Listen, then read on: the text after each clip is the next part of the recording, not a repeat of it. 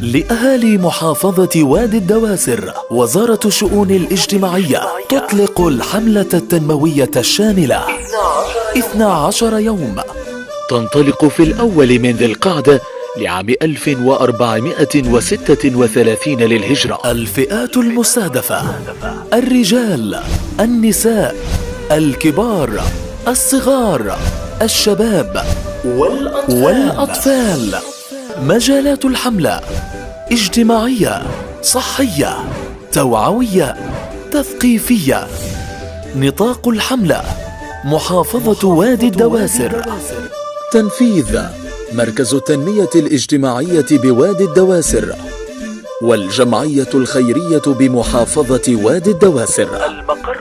المقر الرجالي: خيمة الفعاليات، خيمة المعارض، خيمة الدورات، ديوانية الحملة، خيمة ضيوف الحملة، مسرح الطفل، المرسم الحر.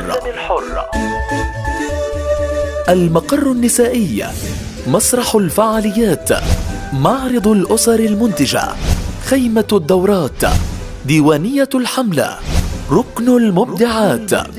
برامجنا: استضافات، حوارات، دورات، محاضرات، أمسيات، سحوبات وجوائز. لدينا المتعة، الفائدة والابتسامة. التنمية تجمعنا، نحن في انتظاركم.